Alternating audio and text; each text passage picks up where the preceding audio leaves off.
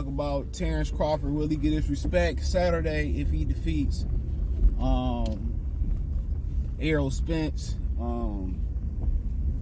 You know, at the end of the day, dude, some people get their respect once they done. Some people get they just do while they still in their profession.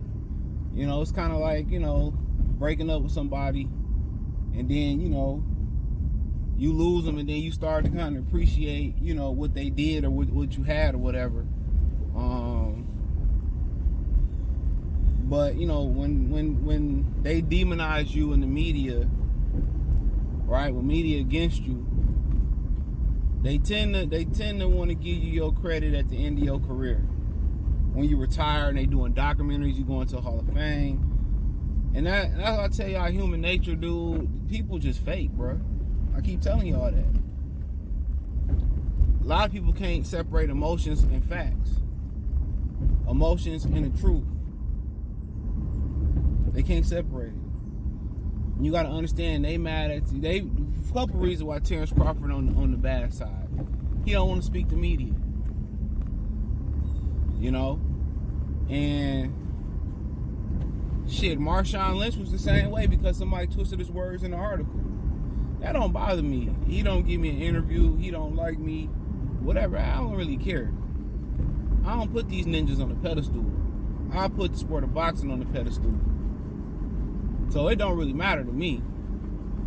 Long as dog don't get disrespectful, I don't care who you is. We good. I'm gonna respect you as a man. You respect me as a man. If not, then it is what it is. But people don't like him because he didn't interview with certain media outlets, so they banned against him. And then, you know, the old American or the world or the old universal thing where you gotta have two. You gotta have good and evil. You gotta have the villain. You gotta have the hero. Where it can't be two heroes.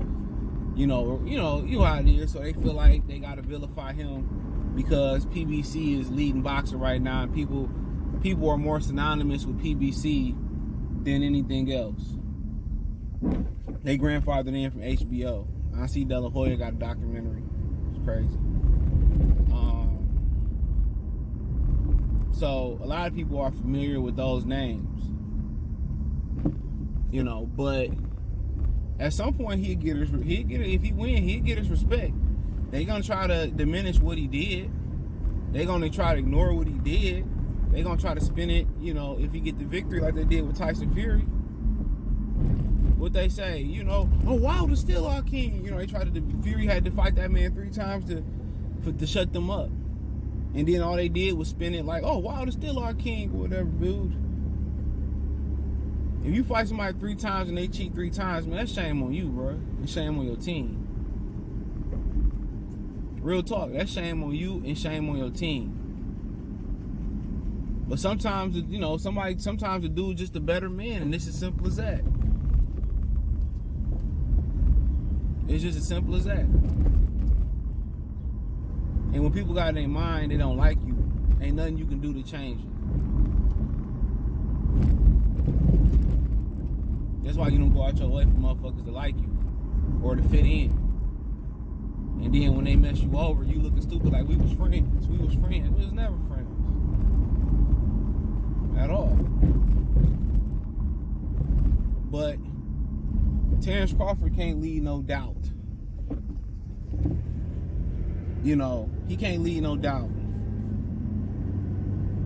Every time he do something, it's a controversy. The Avenesian glove, they try to take that away from him. You know. Then it was the Sean Porter daddy throwing in the towel. Now you got Sean coming out saying, well, I had 1 foot in the door, 1 foot out the door.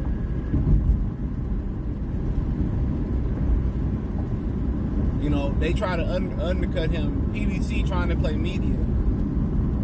They trying to undercut him. They didn't play y'all.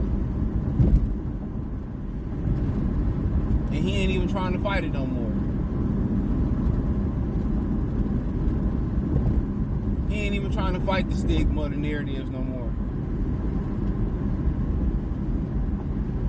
He's just gonna go out there, get his tool bag, get his wrench, get his hammer, you know, get his cement, and he about to go to work. Because you can't convince the blind to want to see. You can't convince them. But any little thing, chink, he showing his armor. Oh, Kell Brook swelled his eye up, and Kell Brook got stopped in 5 rounds. You know, Kell Brook was a shell of himself. Like he wasn't coming off a loss in a broken eye socket versus Triple G and coming down 13 pounds in less than a year. You know, Sean Porter was a champion. Sean Porter was a champion before he fought Errol Spence. Like, you know, before he won that belt. And let's not forget, a lot of people thought he lost to Ugas. Let's not forget he got the IBF belt and still got beat by Kell Brook.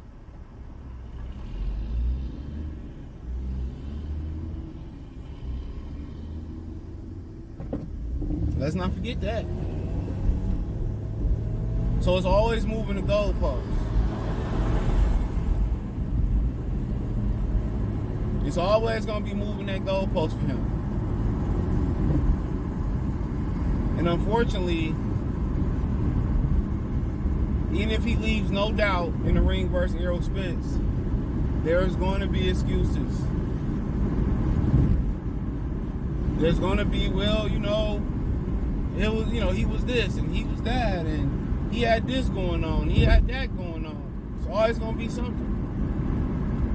And you hear Stephen Fulton, this before the Fulton fight, it's about to start, and I believe I'm over to work. You know, say I'm doing this for me. Fuck the fan. It ain't never good enough. When you trying to please people and that's your mission, your purpose in life, it ain't never good enough. Ask nurses the emotional trauma they go through. With patience. Dementia patients. No matter if they wipe their butt, you know, drain their pants, change their diaper, wash them up. Some of them people still just not, it's never enough, it's not good enough. You never want to be a people pleaser. You know? Because it's never going to be good enough. But at some point, he will get his respect. At some point, he will get his respect.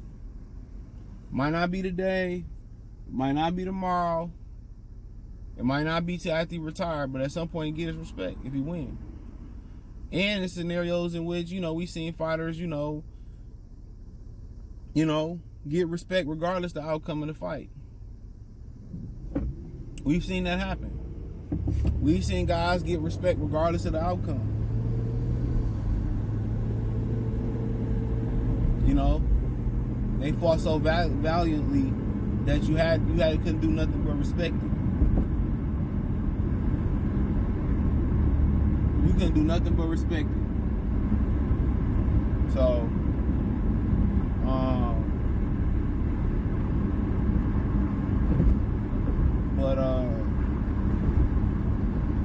but yeah, you know, I think they just continue to keep going cold. They continue to throw fuel to his fire. And just every time somebody say something or have something negative to say, he bottle it up. That motivate him. You know, coming from the bottom, not having a huge promoter behind him, dealing what he dealt with in the amateurs. You know, it seemed like everybody against him. Sometimes that gives focus. Sometimes pressure make you focus and make you, you know you can't make a mistake. So you make sure everything on point. And you hear everything Keyshawn Davis, Steven Nelson saying, and yeah, they in this camp and stuff. But you hearing everything they saying. They say, man, that man focused. He said, I ain't seen nothing like it. He locked in. You know? So he feel like this is his moment of validation, regardless if y'all want to willingly give it to him or not. Come Sunday morning. Could be Saturday night. Could be a quick one. So you know,